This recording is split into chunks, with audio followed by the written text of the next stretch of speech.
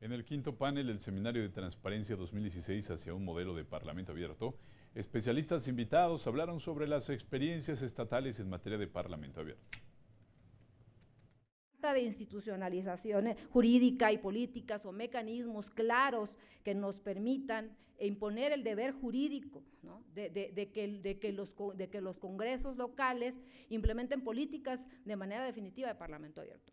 Tres grandes retos que deben de tener los congresos. Uno, la cuestión ciudadana, girar alrededor del ciudadano. Dos, la rendición de cuentas. Debe haber un seguimiento de cómo entregan y cómo reciben cada legislatura. Cada uno empieza de cero y no sabemos cómo dejó el anterior, solo estamos sujetos a la declaracionitis. ¿Qué otra ley que se modificó y que no se ha tomado en cuenta? Es que hoy los legisladores locales, y después del 18 los federales y los senadores, podemos ser electos hasta por 4 veces. ¿Cómo realmente puedes regresar a tu distrito a decir que estás resolviendo los temas que tú te comprometiste con ese distrito y que cuando hablo a nombre de ese distrito? Que debe de haber un órgano poderoso que lleve a cabo la implementación. En este caso, en el Congreso de Nuevo León, lo tomó la mesa directiva. La mesa directiva se encargó de los diálogos, de los acuerdos con los organismos de la sociedad civil y con la ciudadanía. No solamente se trata de tener una ley de Parlamento abierto o tener el principio en la Constitución, porque más o menos decir, tenemos en la Constitución del Estado de Jalisco, porque lo acabamos de agregar, que somos una entidad que procura el gobierno abierto, pues es un poco como decir que somos una entidad que procura la innovación, la buena onda. Es decir, si no tenemos claro en qué vamos a aplicarlo, pues es bonito enunciarlo, pero no necesariamente eso va a cambiar la realidad del Estado. En el sexto panel de este Seminario de Transparencia Legislativa se abordaron las experiencias internacionales del derecho a la información y el Parlamento abierto, un espacio en el que especialistas de Argentina, Chile, Madrid, España y Ucrania hablaron sobre la forma en que sus naciones actuaron para avanzar en el sistema de Parlamento abierto. Positivo en el sentido que hay información, mayor información publicada en las webs de ambas cámaras del Congreso argentino. Negativo en el sentido que no hay legitimidad respecto de los pedidos de acceso por parte de ciudadanos. Ese es un ejemplo. Y esto es muy, muy reciente. Vivimos en una sociedad de la información, donde la información se ha convertido en la materia prima, y esa materia prima afecta a todos los campos y también al político, y a veces yo creo que se nos olvida, ¿no? Que se nos olvidan los cambios que se están produciendo en el campo, como la velocidad, la confusión entre lo público y lo privado, las mayores exigencias de transparencia. Lo que hicimos en Ucrania, decidimos que iba a ser no nada más cuestión de los políticos, sino que nosotros redactamos la legislación en las organizaciones de la sociedad civil, trabajamos con los centros de análisis, apegándonos a las prácticas mundiales e introdujimos la agenda del Parlamento. Y otra de las plataformas que fue interesante para nosotros fue una que se llamaba Inspector de Intereses, ¿no? Entonces lo que hicimos fue, tomamos todas las declaraciones de intereses de los parlamentarios de Chile, igual las scrapeamos para obtener la información más detallada y las confrontábamos con la agenda legislativa. Entonces lo que hacía era generar alertas cada vez que existía un potencial conflicto de interés entre los intereses que manifestaba en su declaración él o la parlamentaria y la agenda. Y en el séptimo panel del Seminario de Transparencia hacia un modelo de Parlamento abierto, especialistas y legisladores hablaron sobre los alcances de un modelo para el Congreso de la Unión Mexicana. Tiene que ser transparente, es decir, tiene que implementar políticas de publicidad sobre la actividad parlamentaria, transitar hacia que la publicidad de la información no dependa de que exista o no una mayoría.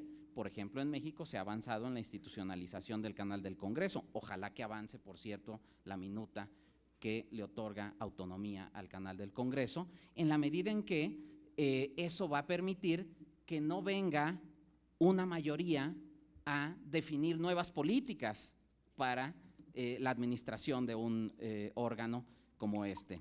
Tenemos también, por supuesto, y hay que reconocerlo así, problemas legales. Hay una reglamentación, una normatividad muy incipiente, que no es obstáculo definitivo, pero existe. Tenemos también una falta de armonización de leyes, hay un atraso importante en la aplicación de estas leyes que ya existen en el ámbito legislativo. Si uno revisa particularmente la página de internet de la Cámara de Diputados, pues yo debo decir que tiene como por lo menos 2 décadas de retraso. Sí es una página muy poco accesible que no permite hacer una búsqueda sencilla, no permite entender y darse una idea del trabajo parlamentario. Un modelo de parlamento abierto debe generar un puente eficaz, pero solo el puente, no el puente y la llegada. Porque si se genera el puente y la llegada, si se genera el puente y el destino, entonces lo que podemos provocar es que quienes tienen la responsabilidad después digan que no son los responsables de las decisiones que se toman en el país, ¿no? Bueno, y ya en la clausura de este Seminario de Transparencia 2016 hacia un modelo de parlamento abierto, se recordó que en 1977, sí, en 1977, durante el sexenio del presidente José López Portillo, se plasmó en el artículo 6º constitucional el derecho a la información. Ahí dice el artículo: el derecho a la información será garantizado por el Estado. 25 años después que el Congreso de la Unión aprobó esta reforma y que el constituyente permanente la ratificó, fue una reforma constitucional, su primera ley de transparencia apareció. Desde entonces a la fecha no ha dejado de avanzarse en este tema. La sociedad mexicana demanda y se expresa cada vez más para que los poderes públicos hagamos de la transparencia y de la rendición de cuentas una realidad.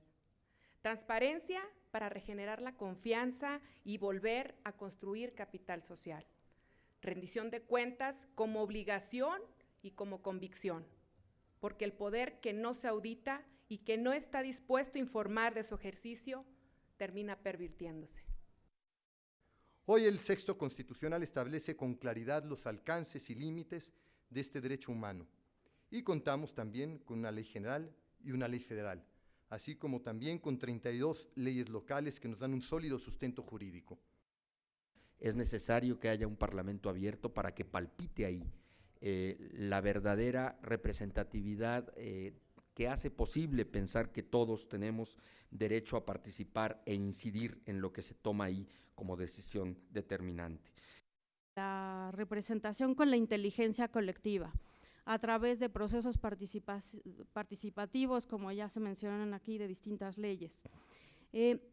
Otro énfasis es en que la rendición de cuentas sin sanción es un sinsentido. No podemos continuar pretendiendo hacer rendición de cuentas sin sanciones.